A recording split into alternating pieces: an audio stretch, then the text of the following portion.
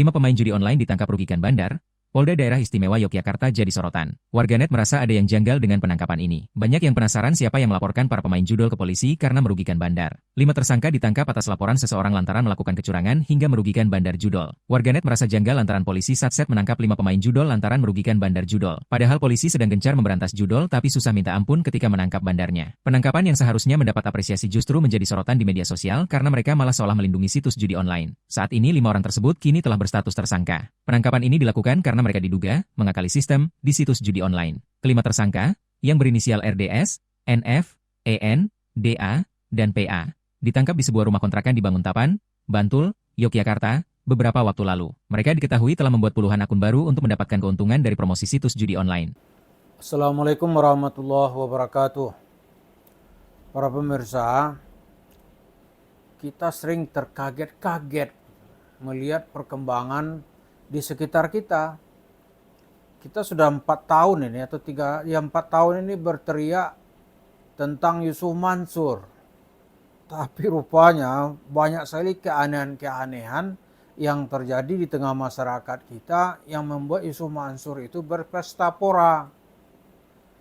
Siapa yang mengikuti berita ya baik yang muncul di televisi dalam hari-hari ini, yaitu masalah judi online. Orang berjudi menurut undang-undang itu kan melanggar undang-undang, tapi pelaku judinya maupun server yang mengelola perjudian itu belum tersentuh oleh hukum gitu. Lalu berita sekarang ini itu yang kena hukum adalah orang yang mengelola, yang bisa menjebol, ya kan? Menjebol akun bandar judi online.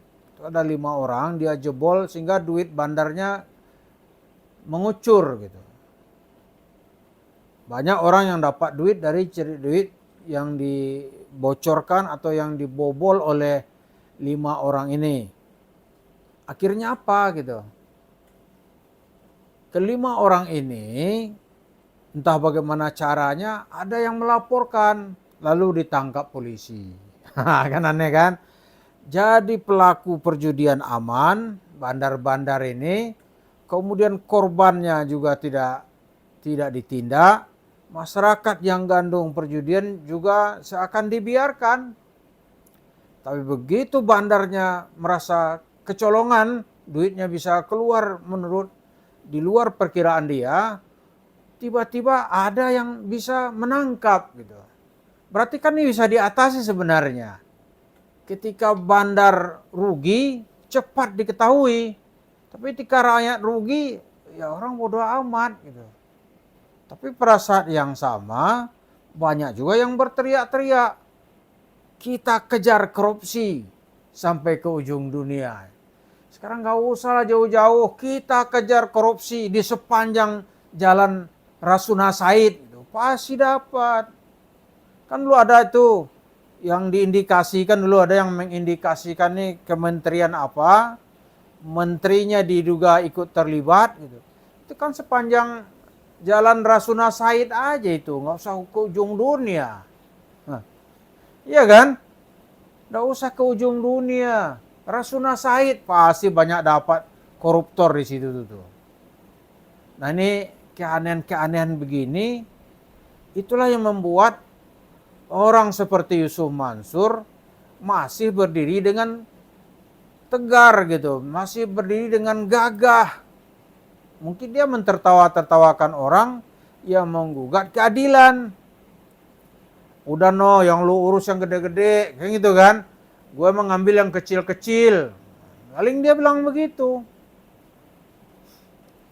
Sana tuh besar-besar. Korupsi Pertamina nggak dibahas, ya kan? Apa yang lu ngurusin gua? Lama-lama nanti kita pun terbiasa dengan logika seperti itu. Jamaah masjid atau pengurus masjid nanti bilang, udahlah nggak usah yang gitu-gituan dibahas lagi. Yang gede-gede no banyak. Kan kacau kalau begini cara berpikir masyarakat. Gitu. Ya kan? Nanti kalau di masjid, misalnya nih ya, orang berjoget-joget dalam rangka memperingati maulid. Udah jangan dipersoalkan ini. Tuh banyak yang lain yang lebih besar. Kan begitu. Kacau kalau begini. Polisi tidak bisa melaksanakan aturan hukum nanti. Misalnya nih, di jalan raya orang melanggar aturan lalu lintas. Sekarang kan ceritanya ganjil genap. Ketika ada di tanggal genap, mobil nyelonong dengan plat ganjil, polisi akan menangkap. Apa boleh kita bilang, udahlah Pak Polisi, ini banyak yang besar lagi yang belum diungkap, yang merugikan rakyat, merugikan negara gitu. Kasus PLN katanya korupsi besar juga nggak diapa-apain, masa kami bawa mobil melanggar aturannya ditangkap ya. Kan bubar kepolisian kalau begitu cara kita berpikir gitu. Nah, Yusuf Mansur, kenapa itu menjadi prioritas kita? Karena itu menusuk jantungnya agama Islam. Menusuk jantungnya agama Islam. Kalau itu dibiarkan, matilah kita kehidupan beragama ini. Ya, dia menjual itu kan cerita-cerita, kalau kita membilang cerita khurafat gitu ya. Kemudian cerita hadisnya hadis dhaif. Bahkan hadisnya hadis mungkar. Bahkan ada juga orang yang mencoba berseloroh, loh kalau hadis dhaif itu untuk akhlak kan nggak apa-apa gitu. Ya kalau untuk akhlak memang tidak apa-apa selama hadis dhaif itu banyak sanadnya, walaupun ada satu dua nanti yang tidak dobit atau yang diragukan ya, rawinya syaz gitu. Tapi ada pendukung dari jalur-jalur yang lain sehingga hadis dhaifnya itu naik menjadi hasan li ghairihi. Itu nggak apa-apa. Tapi kalau dhaifnya mutlak itu ditolak oleh para ulama, nggak boleh beribadah dengan dalil hadis dhaif. Nah, Yusuf Mansur nggak peduli dengan cerita-cerita itu. Dia akan tabrak semua nilai-nilai yang penting dia mendapatkan duit. Jadi memang banyak yang aneh-aneh gitu. Nah, dari cerita duit masyarakat yang dia sikat, dia pindahin itu membeli tanah, lalu membangun usaha namanya warung steak and shake. Jadi kalau ada yang bilang, oh, itu bukan punya Yusuf Mansur hanya franchise. Itu omong kosong. Karena monopoli itu punya dia. Franchise-nya dia monopoli, nggak boleh orang lain gitu. Ya kan? Nah, itu uang dari cerita yang aneh-aneh kepada masyarakat. Kalau ini kita biarkan, nggak ada lagi perjuangan kita. Nggak ada perjuangan kita. Ngapain kita jauh-jauh cerita Gaza gitu kan? Kita berjuang berjihad untuk Gaza, tapi dia di sini terus. Yang kecil aja dia nggak berani.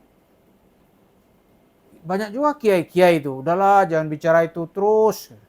Lalu bicara apa? Masa kita nggak boleh bicara itu gitu? Udahlah, nggak usah kita bahas, malu kita umat Islam. Nah, kalau kita malu hentikan dong. Ini enggak. Orang nggak mau menghentikannya, di jalan terus gitu. Katanya malu. Jadi banyak sekarang ini yang aneh-aneh di dalam kehidupan sosial masyarakat kita.